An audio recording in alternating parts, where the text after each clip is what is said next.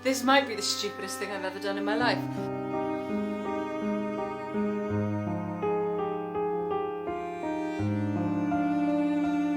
What does that mean? What does that mean? What does that mean? Oh, what does it mean? I'm gonna cry.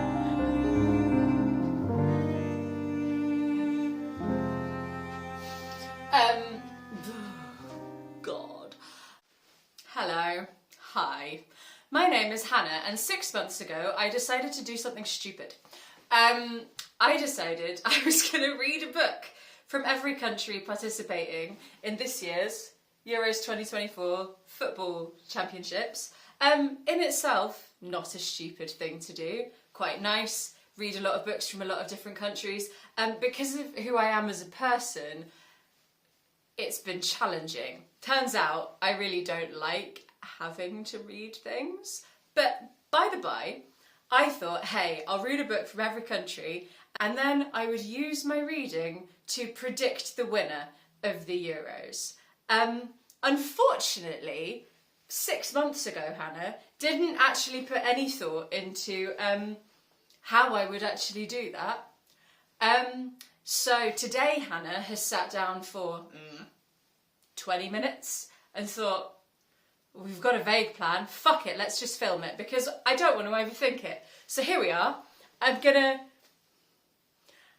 predict, well, in this video, probably just the outcome of the group stages of the competition, and I'll follow that up with who I think is going to win, because I think this is going to take some time. Here's the plan, such as it is. In case you're not familiar, the Euros operates initially on a group stage. So there are 6 groups. Don't worry, you don't need to read this. I'll zoom in for you, it's fine. 1, 2, 3, 4, 5, 6 groups, each have 4 teams in it. In the initial phase of the competition, those 4 teams play each other in 3 rounds of games, right? So there's 4 teams and they each play the other 3 teams once. And then the winners and runners-up from each of those groups go through to the round of 16. Now, if you're good at maths, you will know that 2 from 6 groups makes 12, not 16. So then we have the top 4 ranking 3rd place teams. Don't worry, we'll get to it. But initially I thought, right, how are we actually going to pit these teams, these books that I've read, against each other in a way that doesn't get incredibly complicated? And here's what I've come up with. So there are 3 matches that happen in the group stage, right? Because each team plays the other 3 teams once. So match 1 is going to be about story. So of the 2 books, how do I rate the story that that book was telling? Round 2 is going to be the writing. Round 3 is going to be originality of the book. I mean, it's incredibly subjective, guys. I'm not gonna lie.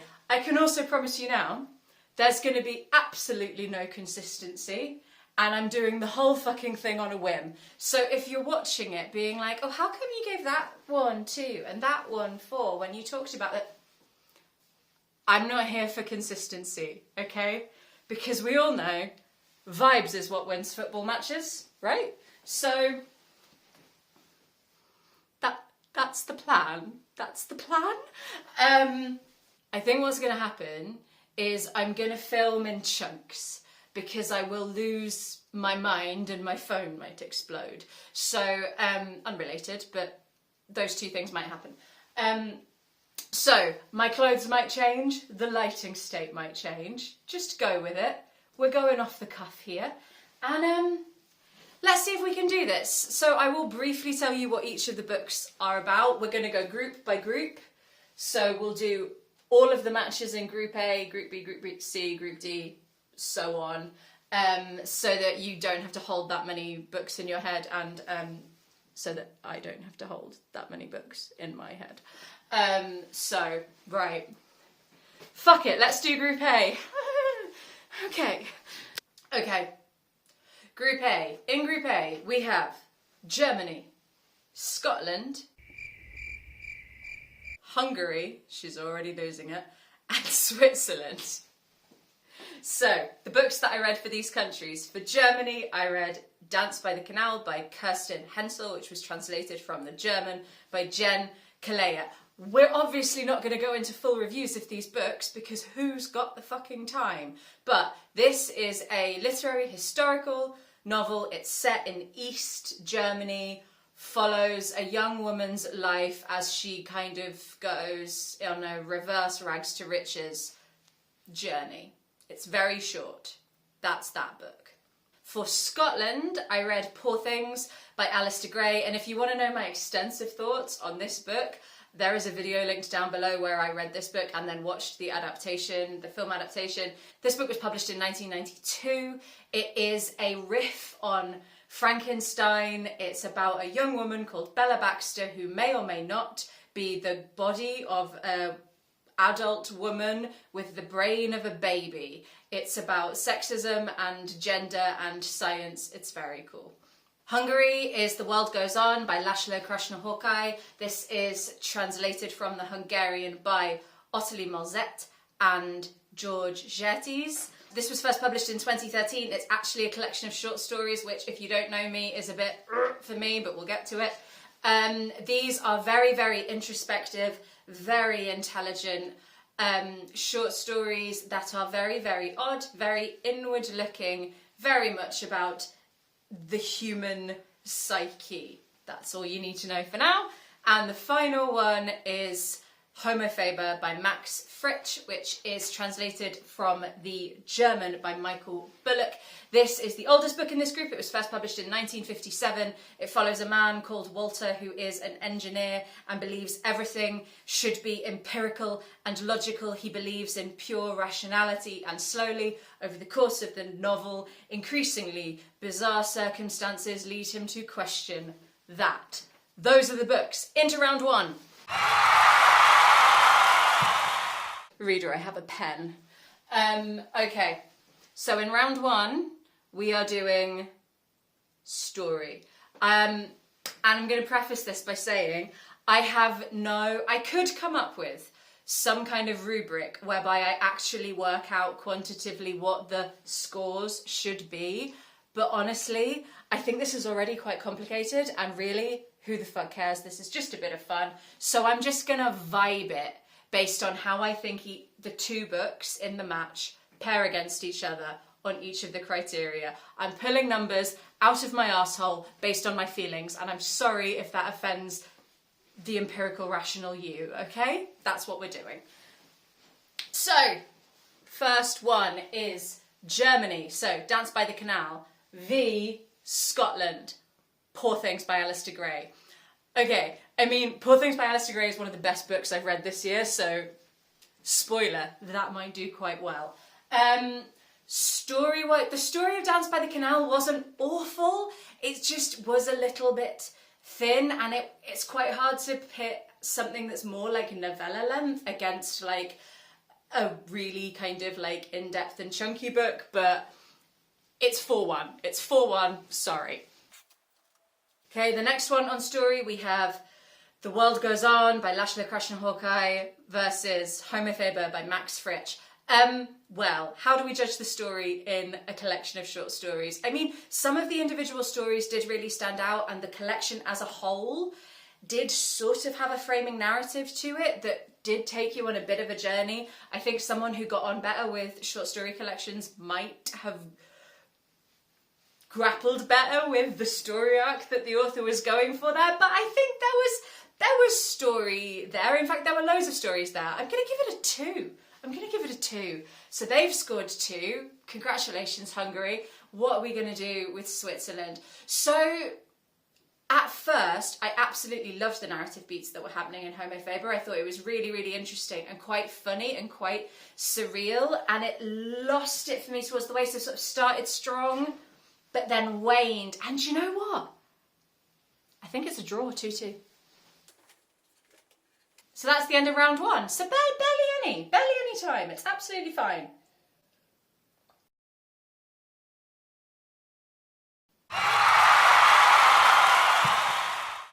Okay, round round 2. What should I say round 2 was? Writing. Okay, so we have up now, it's Scotland versus Switzerland. So Poor Things versus Homo Faber. I loved the writing in Poor Things, not least because it's like a book within a book within a book, and the writing in each of those layers was really, really distinct. Do I think the writing was as good as I thought the plot was? Don't overthink it, Hannah. 3. Then the writing in Homo Faber, I enjoyed it. I thought it was good. I thought it was solid. It didn't blow me away. It's a 2. 3-2 to Scotland. Next up, Germany v Hungary. Germany, honestly, I just don't think the writing in Dance by the Canal was anything particularly special. Nothing is standing out to me. I can't remember that much about the writing. It didn't leave much of an impression. I think that's going to have to be a nil. And do you know what? The World Goes On. The writing in that book was incredibly impressive. Difficult. Really dense. A lot of the stories were told in one single sentence, and you're going to hear that multiple times in this video because a lot of these authors decided to do that. We don't know why. But yeah, I think the writing was actually incredibly impressive. 3-0 to Hungary.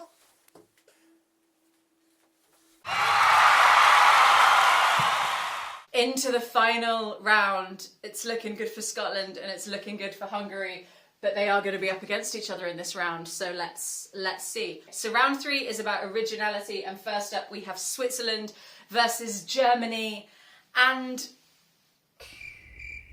I think they were both quite similar. The ideas were... Right. If I rank a book low on this, if they score low, it doesn't mean I think the book lacks originality completely. I just mean like its originality is probably not its main thing, okay? And I don't think either of these books were particularly original. That being said, Homo Faber was very neurodiverse coded, which I did find interesting for a book that was written in the 1950s. So I think it's going to be 1-0 to Switzerland. Final match of round 3, we have Scotland versus Hungary on originality. Fuck. Okay, so, I mean, Poor Things is a riff on an existing book, right? As I said, it is a riff on Frankenstein, but it takes it in such an interesting direction, and it encompasses so much. I haven't read a book like it. I really think its originality is its main selling point, so I think that's going to be like high scoring, 4 probably. And I do think The World Goes On is very strong too. I think it's not as good as Poor Things though. It's not. There were a lot of ideas that were, and it is very original. It is very, oh fuck it. Do you know, 4-3. 4-3. Okay, so just off screen here, I have a nerdy little spreadsheet. So what I've just done is I've put these results into the spreadsheet to work out the group winner, which is basically 3 points for every win, 1 point for every loss, and then calculates the goal difference, so how many goals for and against, and then the goal difference. So the winner, probably going to surprise absolutely fucking no one, was Scotland on 3 wins. So we are going Scotland for Group 1 winner, and the runner-up was Hungary. Now Hungary actually got the same number of points as Switzerland because they both won 1, drew 1, lost 1, but because Hungary scored more goals, they are the runner-up. But that does put Switzerland in a decent position for potentially being one of the 3rd place qualifying teams. Isn't this exciting? Aren't we having fun? Okay, Group B, our 4 teams are Spain, Croatia, Italy, and Albania. Okay, Quick introduction to the books that we're going to be doing. Spain, I read The Book of All Loves by Agustín Fernández Malo, and this is translated from the Spanish by Thomas Bunstead. This is an incredibly lyrical take on a sort of dystopian love story. It's deeply, deeply, deeply poetic, but quite avant-garde and out there. Then for Croatia, we have We Trade Our Night for Someone Else's Day by Ivana Bodrožić, and this is translated from the Croatian by Elias-Bursać. And this is more of a straightforward narrative. This is a sort of political crime noir book that involves a journalist returning to her hometown to uncover secrets about her family and also a crime that has just been committed and also political corruption. Then for Italy, we have The Girl at the Door by Veronica Ramo, which was translated from the Italian by Stash Lukchev. And this is a really difficult book. This is told from dual perspectives, a man and a woman who are in a relationship with each other. He's a professor. They live in this weird sort of culty town, and he's a professor. And at the start of the book, a student knocks on his front door, speaks to his girlfriend and says, "This man sexually assaulted me," and then you follow the fallout of those allegations without ever hearing from the girl herself. And then the final book for Albania, we have The Traitor's Niche by Ismael Kadare, and that is translated by John Hodgson. This is a historical book that is set at the height of the Ottoman Empire and is all about the Traitor's Niche, which is where the emperor likes to display the decapitated heads of people who have defied him, and we meet a number of people who have something to do with the upkeep of that tradition, and it moves from the centre of the Ottoman Empire out to Albania and back again throughout the narrative. Just realised I forgot to tell you when the books were published, so assume that won't be happening from here on in. You can look them up if you're interested. I'll link all the titles down below. Okay, bye. Story. We have Spain versus Croatia. Now this is difficult because one of these books I enjoyed much more than the other. However, the story in The Book of All Loves is very, very, very unclear until right at the end. And the story of We Trade Our Night for Someone Else's Day doesn't particularly blow me away, and I thought was a little bit overly complex for a book of its length, but it was much easier to follow.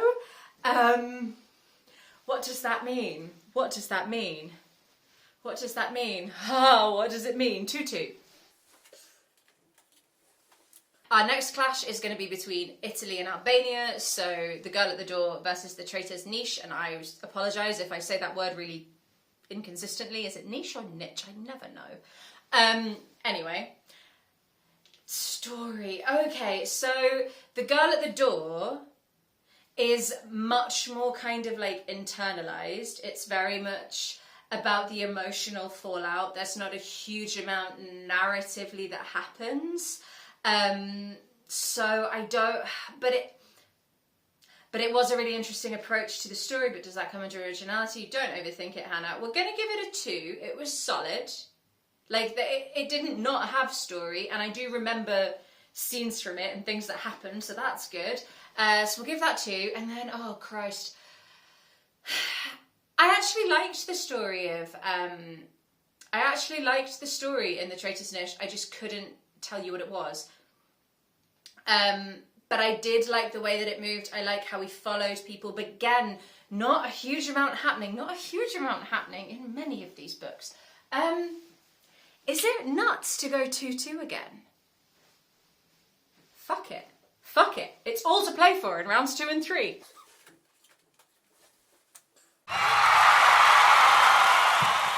So round 2, this is all about writing, and we have got Croatia versus Albania. This is a relatively easy one for me because I wasn't particularly blown away by the writing in We Trade Our Night for Someone Else's Day, although I did really like the title. I found it a little bit expositional and a little bit, the writing was quite transactional, and then there'd be a couple of moments throughout it that had really poetic, beautiful language that just seemed like it belonged in a different book entirely. So, 1. And Traitor's Niche was good, solid writing. Some of it was quite funny. I liked the way the characters were drawn. 3. So that is 3-1 to Albania, and I nearly kicked the heater. Don't worry, the heater isn't on, it's just in the way. And then writing for Spain versus Italy. Ooh! This is good because the writing in both these books I think was really, really good for what they were. I think the writing in The Book of All Loves was absolutely phenomenal. It possibly went a little self-indulgent at times, but man, it was beautiful. 4. And there were some really beautiful lines and some really great writing in The Girl at the Door as well. Oh, 3. It wasn't quite at that level, but it was good, and it was really well judged writing for the themes that were being explored. So that is a win to Spain.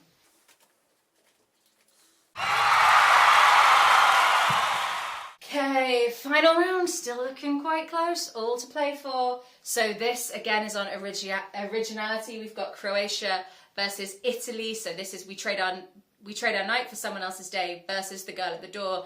And unfortunately, I think it's a really easy win for Italy. I think it is 2-0. Can you see? Look, I'm on group 2 and I've already stopped giving you justification. So that is a win for Italy. And then Albania versus Spain on originality. Do you know what? I do think Spain is going to win this, but I'm sad for Albania because I do think I have never read a historical novel about the Ottoman Empire, and I've never read something that was as kind of sparse in its narrative for such a historical setting.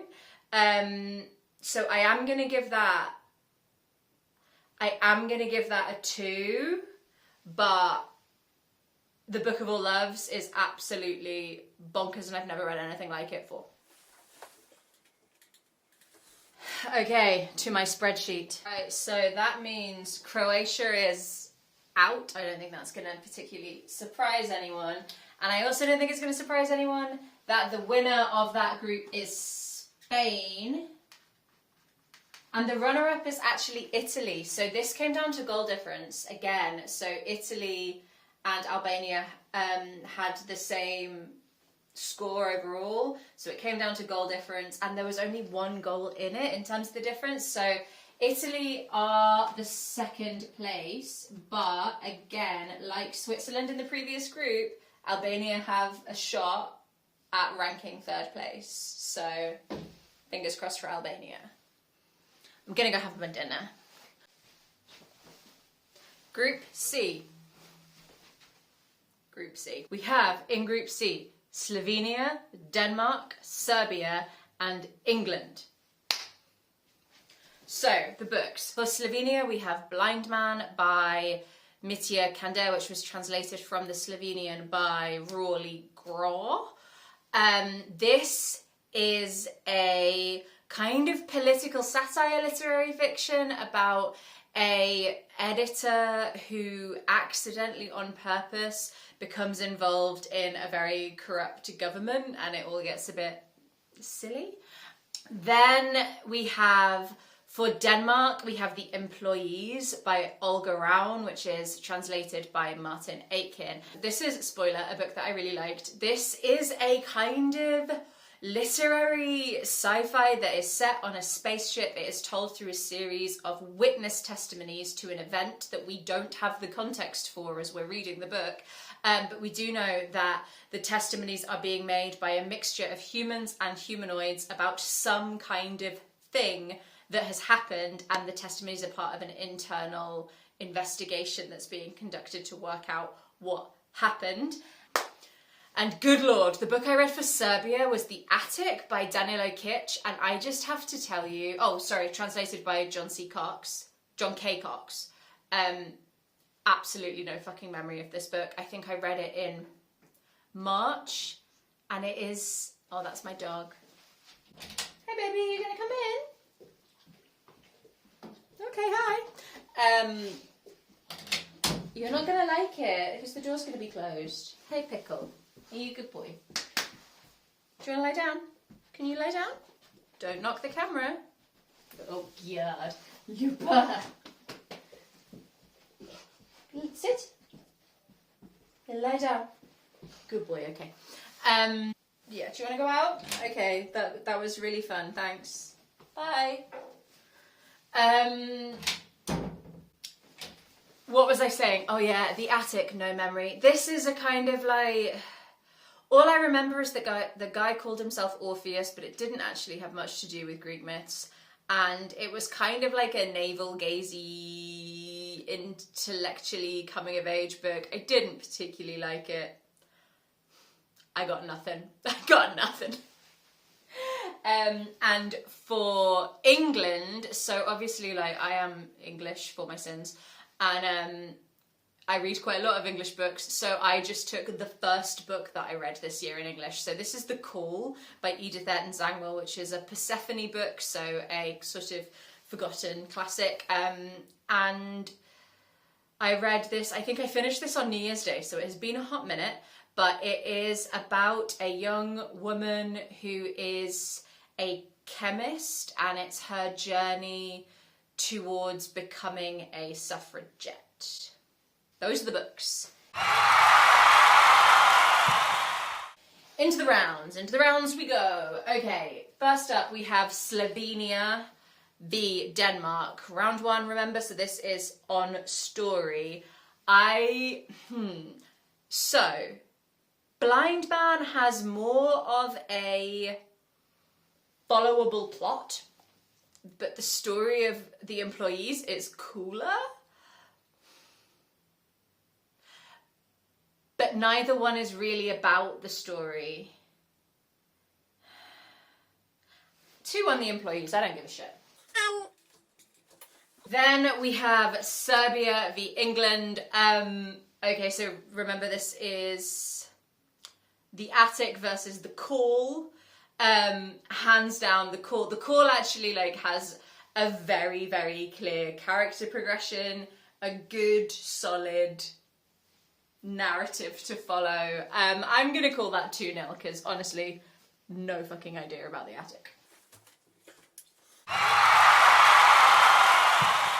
Okay, round 2 is all about the writing. So we have Slovenia versus Serbia first. I wasn't blown away by the writing in either of these, if I'm honest. So, but like it wasn't like actively bad writing. I think it's probably a 1-0 draw. And then Denmark, England, it's hard because they're so different. So this is The Call versus the employees.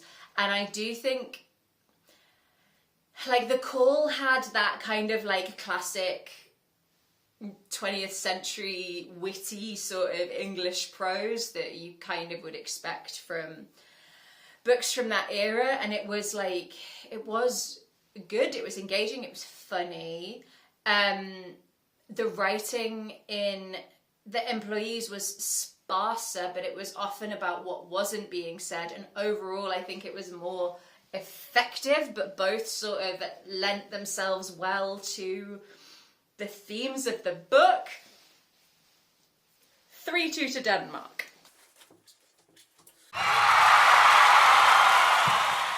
Okay, so final round is originality. And this is, right, England versus Slovenia first. So The Call versus Blind Man. I do think The Call, probably for when it was published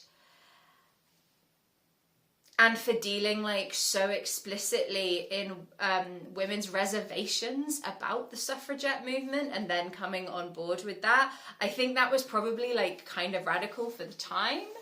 I think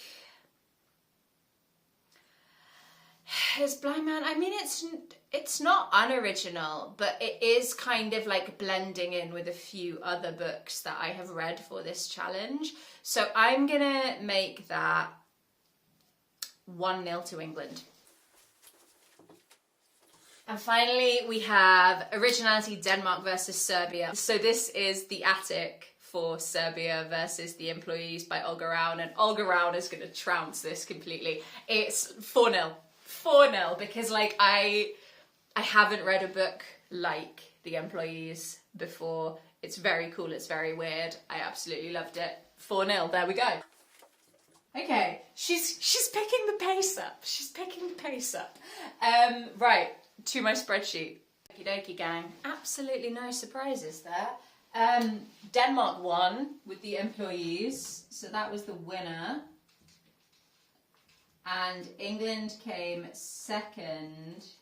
Serbia is definitely out, and I think Slovenia is out because it only got 1 point. And so I don't think it's going to qualify for one of the third places, but we obviously don't know. There could still be an outside chance, but I think it's pretty unlikely. Okay, I might have crumbs on me. Sorry if I do. Here's the thing. I just drank so much coffee. We've got 3 groups to do. I kind of just want to get this done today, but I'm worried that we might lose the light. So if I wasn't talking at light speed before, we're about to step it up again. Okay, group D. This is such a strong group, guys. Okay, we've got Poland, the Netherlands, Austria, and France. So, the books are, for Poland, I read Swimming in the Dark by Tomasz Jadrowski. No translator on this one because it was originally written in English. This is a coming-of-age queer love story set in communist Poland. The next one is the Netherlands. This is another strong contender. This is The Book of All Things by Michelle Faber, again written in English. This is about a man who is a born-again Christian who is chosen to go and move to another planet where he can bring God's word to the native peoples of this planet. It is weird, but like also incredibly human and beautiful, and it's a big old chunky boy. Then for Austria, another classic, I read Beware of Pity by Stefan Zweig, which is translated by, oh my god, she's going to have to go to her notes. She's going to have to go to her notes. Who translated it? Anthea Bell. This is about a war hero, a soldier, who's retroactively told the story of his life to this random dude who is now telling his story on his behalf. And it's about how he got to where he got to in his career and the derailing and destructive power of, you guessed it, pity. Then the final one is The Birthday Party by Laura Mauvenier, which is translated by Daniel Levin Becker. And this is an incredibly literary thriller. It is set in this tiny little French hamlet, and it's set over, I think, about 36 hours. It follows 4 people who live in that hamlet, and at the start it is very, very ordinary. They're preparing for this birthday party for the wife of this couple, and then things take a very tense turn. Those are the books. We're going to go straight into round 1. This is going to be a high-scoring round. I'm actually low-key kind of upset that these 4 books are all in this bracket. But here we go. That's, oh, haven't shut the door. Right. First up, we've got Poland versus the Netherlands on story. Now, I liked the stories of both. I think it's going to come down to the fact that I thought the Book of Strange New Things gave itself more space to really thoughtfully plot out that story, and Swimming in the Dark felt a little bit rushed at certain points of the narrative, but they were both real good. I'm going to go 3-2 in favour of the Book of Strange New Things. And then story in terms of Beware of Pity and The Birthday Party. So I love The Birthday Party so much, but the story gets great, but you really have to trust the process, and it's the writing that gets you in initially. So I actually think Beware of Pity has had more of a propulsive take you along with you sort of narrative. So I enjoyed them both. I'm going to do a 3-2 again, but in favour of Austria. So Beware of Pity is 3.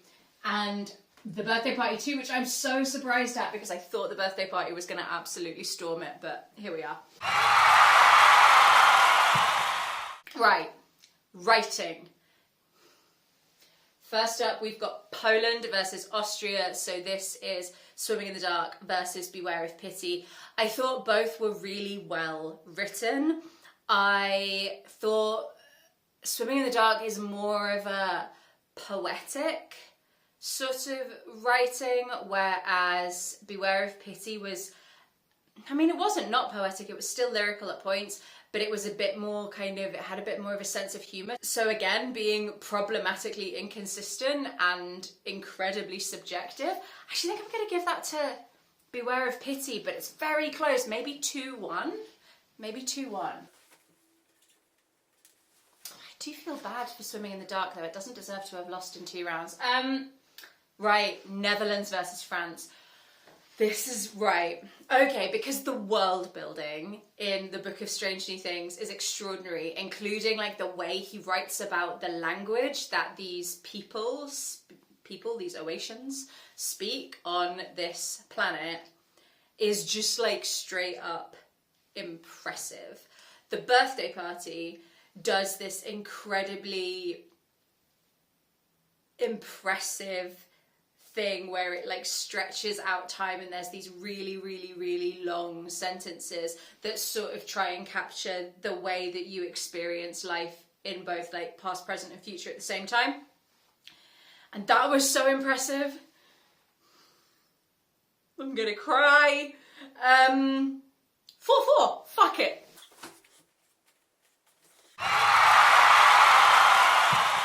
Okay, here we go. Right, originality, fuck. Netherlands versus Austria. This has to be a win for the Book of Strange New Things. I really liked Beware of Pity, but in terms of originality, yeah, I've never read anything quite like the Book of Strange New Things, and I'm painfully aware that I've said that about 6 times in this video, but they're all very different in all very different ways, okay? Don't come for me. Fuck. Right. Okay.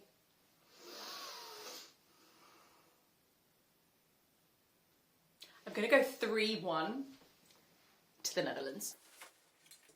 Finally, originality, France to Poland. Okay, this is what, right, this always happens in the actual Euros, right?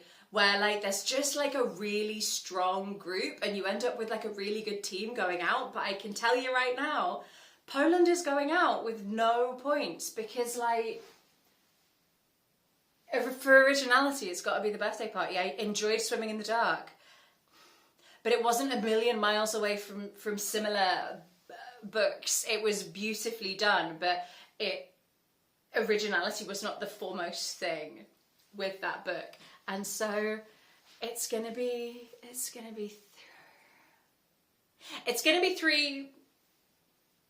3-1.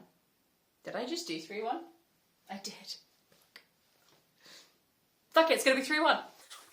Right. Time for the spreadsheet. I fucked up. Well, I mean I didn't because the scores are the scores, but winner of the group, not surprising, Netherlands, the Book of Strange New Things. Runner up. I was so fucking convinced it was going to be the Birthday Party, and it's not. It's Austria with Beware of Pity. But France is currently, in fact, France is definitely going to go through because out of the 4 groups we've done so far, it's the highest ranking 3rd place. So it will be taking one of the extra slots, so it will have the opportunity to re-emerge. But fuck me, I was scared for a minute. Okay, let's just power on. Group E. We have got Belgium, Slovakia, Romania, Ukraine. We have first for Belgium, I Who Have Never Known Men by Jacqueline Harpman, which was translated from the French by Schwartz. This is a sort of speculative fiction. It's a kind of rediscovered classic. It was written in the mid to late 20th century, I think, but only published a few years ago for the first time, or at least for the first time in English. And this is about a group of women who are living in a cage underground and being guarded by these men, and they don't know how or why they got there, but they've been there a really long time, and it's the story of that, and in particular one girl who is there. She's younger than all the others. So that is Belgium. Then Slovakia, I finished this yesterday. This is Rivers of Babylon by Peter Pistenek, translated by Peter Petro. Keep my Peters in a line. This is the first book in a trilogy that has this sort of anti-hero character who is from a rural community who moves to the city and sort of slowly starts amassing this empire. It was like interesting, and he is a kind of love to hate character, but I didn't like love the book. Then for Romania, I read The Passport by Herta Müller, which was translated by Martin Chalmers. And this is like a very, very small novella about a German-speaking family in this rural village in Romania who post-war, who are living under the communist dictatorship in Romania, and they are wanting to move to Germany, and it's about that, but it's told through these really sparse vignettes, and so we'll talk about story when we talk about story, but it's quite a loose narrative, very much a sort of like painting portraits of the lives there, more of a kind of like collage style approach. And then the final book was Nadezhda in the Dark for Ukraine. This is by Jelena Moskovich, no translator here because this was written in English. This is a novel written in verse, and it is at once this very short moment, this kind of shared moment between two women who are in a relationship with each other, and they're sitting on the bed in Berlin as evening draws in and it's getting dark outside. And the book is really about the kind of internal monologues that are happening within one of these women's minds as she is sitting there in the dark. So kind of like a bit of a abstract novel in a way. Wow, can you tell that I've done quite a lot of these and I'm a bit losing the will to live? So those are the four books. First up, we have got Romania versus Ukraine. So this is The Passport versus Nadezhda in the Dark. And this is on story. And these are probably the loosest, two of the loosest narratives probably in the entire competition. I did find that, loose though the narrative was, Nadezhda in the Dark kind of pipped it a bit in terms of being clearer about how things linked together. So I think, but there's not a lot in it. I think it's maybe going to be 1-0 to Ukraine. And then we have Belgium versus Slovakia. Both of these books have really clear narratives, but I found the story in Rivers of Babylon quite frustrating because I actually felt like it was very much a first book in a trilogy, and that there wasn't a really very satisfying story arc within that book as a standalone book. I feel like he was holding back for the full trilogy, so that's gonna maybe get 1. But I really loved the story in I Who Have Never Known Men. It's quite like episodic. There's like this bit, this bit, this bit, but I think it worked really well, and I'm gonna go 3-1 Belgium. Okay, writing. We've got Slovakia versus Ukraine. I actually think this is quite close. I think that we're probably looking around the 2s for both of them. But I mean, Nadezhda in the Dark I think is maybe going to pip it a little bit because it was a bit more where it was written in verse. it was a little bit more, there was a richness to the writing, actually, that I think maybe wasn't there. I actually think this is maybe going to be 2-1 to Ukraine. Yes. Okay, and that leaves Romania versus Belgium on writing now. Okay, this is difficult because I did think the writing in the passport was incredibly effective. It was so fucking bleak, but there were moments of like real kind of beauty, and it was very poetic. So I think the writing of that book is going to score quite highly. But I think overall the writing in I Who Have Never Known Men was more effective in terms of working in conjunction with the like aims of the book.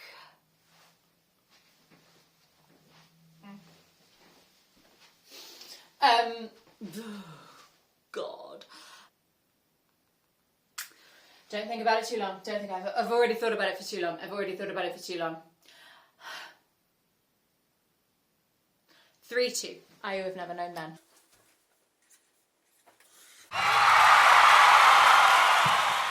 Okay, so round 3, we have got originality. So we've got Slovakia and Rivers of Babylon versus the passport.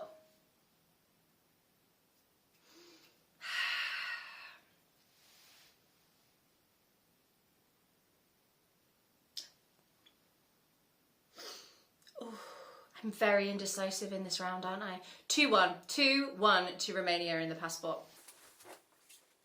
And then finally we have got Ukraine versus Belgium on originality.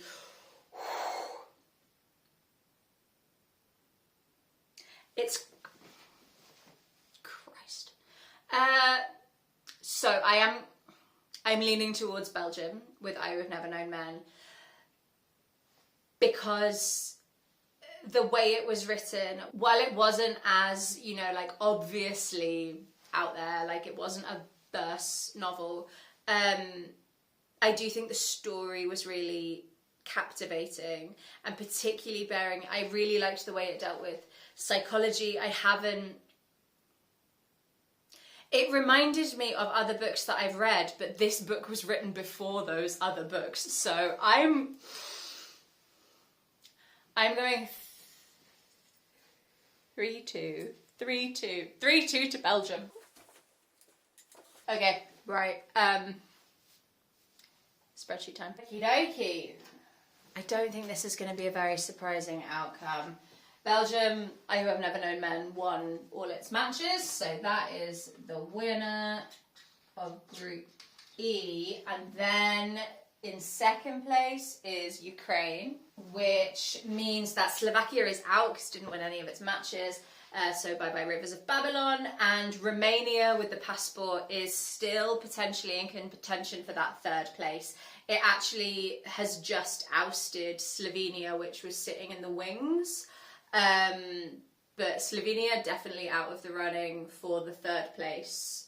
So with the last round coming up, the teams that didn't qualify this way but are currently going to get the third place extra places to make us up from 12 to 16 are Switzerland with Homo Faber, Albania with the Traitor's Niche, France with the Birthday Party, thank God, and Romania with the passport. So it is all to play for in Group F, but I gotta tell you guys, Group F is my least favourite group. Spoilers for what is about to happen. Okay, who's in Group F? We have got Turkey, Georgia, Portugal, and Czechia. First up, we have Turkey with At the Breakfast Table by Daphne Suman, which was translated from the Turkish by Betsy Göksel. This is a sort of multi-generational family drama, basically uncovering family secrets on a beautiful Turkish island. It was quite summery. I found it a little bit expositional and clunky, but like it was a perfectly fine read. Then Georgia, we had The Pearfield by Nana Ekvit Mishvili, and this was translated from the Georgian by Elizabeth Highway. This is a book that has really not stayed with me much at all. Not quite to Serbia, the Attic levels, but definitely hasn't particularly stuck. I do remember that it was following a young girl who was growing up in a school in kind of rural Georgia, and it was a school that was referred to as the school for idiots, which was really uncomfortable. Essentially, it was a school for like children with special educational needs and disabilities, and there was a sort of it's gone, lads. At this point in the evening, it's not worth trying. It's gone. Sorry, Georgia. And then we had Until Stones Become Lighter Than Water by Antonio Lobo Antunes, translated by Jeff Love. This was the Portugal pick, and I was so excited about this book because the premise sounded so cool. It was about a boy who was born in Angola during the Portuguese colonial war in Angola and was taken back to Portugal as the sort of like, well, they say he was adopted by a white Portuguese soldier. And we know from the outset that the boy wants to kill this sort of adopted father. He's kind of grown up into a man and he wants to kill him. We'll talk about it when we get to writing and story, but like, I didn't know what the fuck was going on in this book. And I was so looking forward to it. It made me really sad. It was very, very, very original. So there's a little spoiler for where we're going. And the final one was from Czechia. This is The Engineer of Human Souls by Josef Skvorecky, which was translated by Patricia Wilson. This book was so long. It is like considered a modern classic, and it is about a man who's been exiled from Czechia, who is now working as a professor of literature in Canada, and it's basically the disparate telling of his life. And the setting was kind of cool because where he was from in Czechia, it follows like the history of that place. So it had been under Nazi occupation and then under and then the Russians were there, and it was interesting. It covered a lot of ground, but like this book made me lose the will to live. So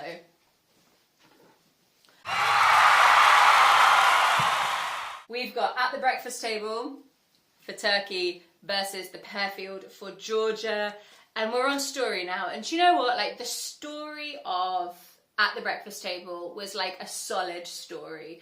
I had more issues with the execution than like what the story actually was. So, but as I have already said, I cannot remember the story of The Pearfield, so that probably has to be 0, right? I'm gonna go 2-0, 2-0 to Turkey. Then we have Portugal versus Czechia, so Until Stones Become Lighter Than Water versus The Engineer of Human Souls by Josef Skvorecky. Now, I had issues with both of these on a story narrative level. On the one hand, I knew what the narrative of Until Stones Become Lighter Than Water technically was because of the blurb, but I found the way that it got there and the way that it told that story incredibly frustrating, and it was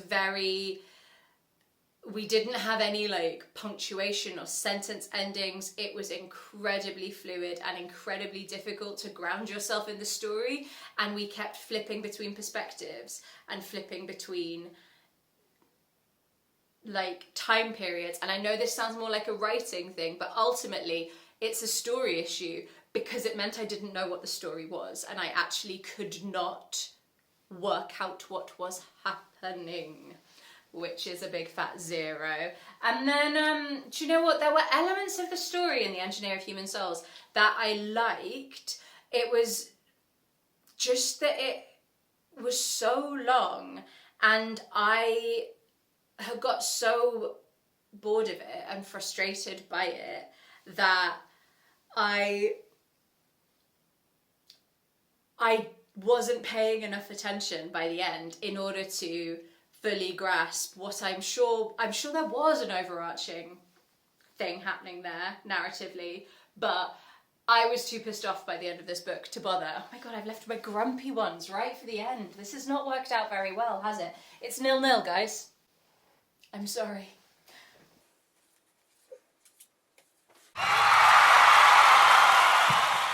Okay, writing. Georgia versus Czechia. I did laugh sometimes at the Engineer of Human Souls. So yeah, sorry, this is the Engineer of Human Souls. Do you know what? I'm just going to assume that the editing Hannah is going to have like done some nice graphics or something that's like going to make it easy for you to know what books I'm talking about at any point. Thanks, future me. So yeah, this is the Pearfield versus the Engineer of Human Souls.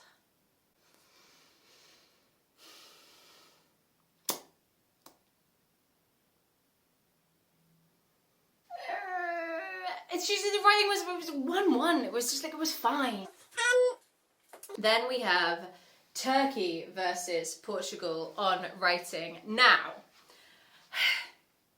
I didn't love the writing in At the Breakfast Table because I found it quite expositional.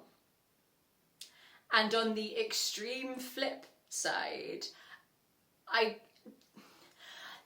underlined quite a lot of individual bits in Until Stones Become Lighter Than Water. I just couldn't tell you how they stacked together to make a story. So like on the one hand, too much exposition in Turkey versus I would fucking have loved a little bit of exposition in Portugal.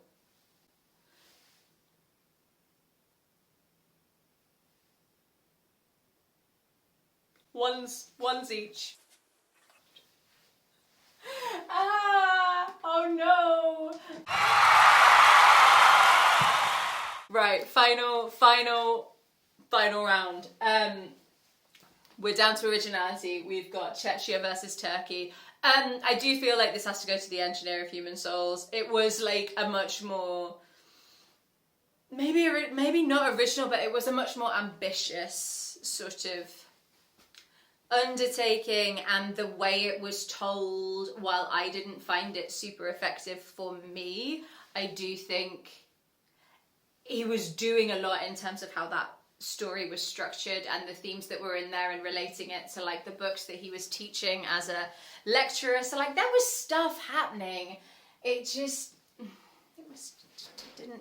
wasn't for me. It wasn't for me, and that's absolutely fine. And Turkey, like 1-0, 1. God, I've got mean. 1-0 Czechia. And final match. Final match. Thanks so much if you're still here. Georgia versus Portugal. On originality, okay, as much as it didn't work for me, Until Stones Become Lighter Than Water was definitely like doing a thing. It was doing a thing. So like 2-0 to Portugal. Oh dear. And I'm grumpy that 2 of these get to go through and Swimming in the Dark doesn't. Okay, spreadsheet time. Okay, 2 things. Sorry about the glary light, but we just lost the daylight outside and I'm nearly done. I'm fucking furious. But what's good is if you're not a football-y person, what's happened here is a perfect example of why the group you're in fucking matters, and that really good teams can go out if they're in a tough group, and ones that are not good can get through. So, of that group, the winner was Czechia, with the Engineer of Human Souls, which I'm sort of surprised at and not surprised at. Runner-up was Portugal. So these are two books that I actively hated by the time I finished reading them. And they're through. They've won. Because this was such a close group in that there weren't any standout books. And so they've just got to go through. But here's the real fucker. Turkey also gets through because it scored higher than the Passport, because it got 4 points in the group table and the Passport only got 3 points. So Nobel Prize winning author Herta Müller is out, and At the Breakfast Table is in. So it does mean I have worked out, while I was off camera there, I have also worked out our final 4 teams. So what we can do is fill in our... Shall I move you closer? We can fill in... Can you see that? We can fill in our lovely round of 16. So we've got here A1, which is Scotland, versus C2, England. I mean, like, she's getting excited, like, these are the actual football matches that are going to be happening, obviously. I mean, I would love to think that Scotland is actually going to win its group, but it's not impossible. Then we've got A2, Hungary, versus B2, Italy. Then we've got B1, Spain, versus... I'll come back for the thirds. This is probably not very exciting for you, actually. Oh, fuck it. Fuck it. You've sat there for this long. Right, C1, Denmark. F1 is Czechia. D2, Austria. E2, Ukraine. Bam, bam, bam, bam. E1. She can't do the alphabet. Belgium. D1, Netherlands. And F2, Portugal. Okay, so now I'm not 100% sure how they decide which bracket the 4 top third places go. According to my little sheet, that seems to imply like it would be this one, then this one, then this one, then this one. I don't know, but it doesn't matter because this is pretend, isn't it, guys? It's not real, so it's okay. Right, so we'll put the one from ABC. Right, so we'll put Switzerland in here. We will then put Albania in there. We will put France. Thank God for France. France in there. Oh, next to Spain though. Fitzcarraldo off. And Turkey. Oh, that's all right. It's all right. Turkey's up against the employees in the next round. It'll be fucked. Right. Well, what a little journey we've been on. I'm going to stop there. And I will come back next week with the round of 16 onto the winner. I would love to know if you are still here. God, love you. So much reading time has gone into this video. So if you're still here, please give it a thumbs up, because this might be the stupidest thing I've ever done in my life.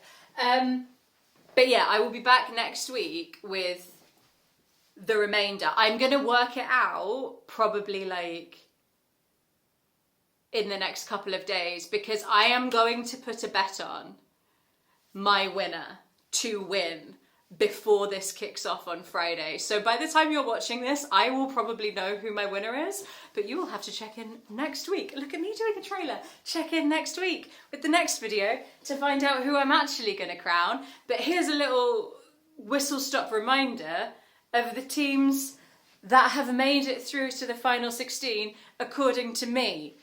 Definitely able to predict the future using really inarticulate book reviews.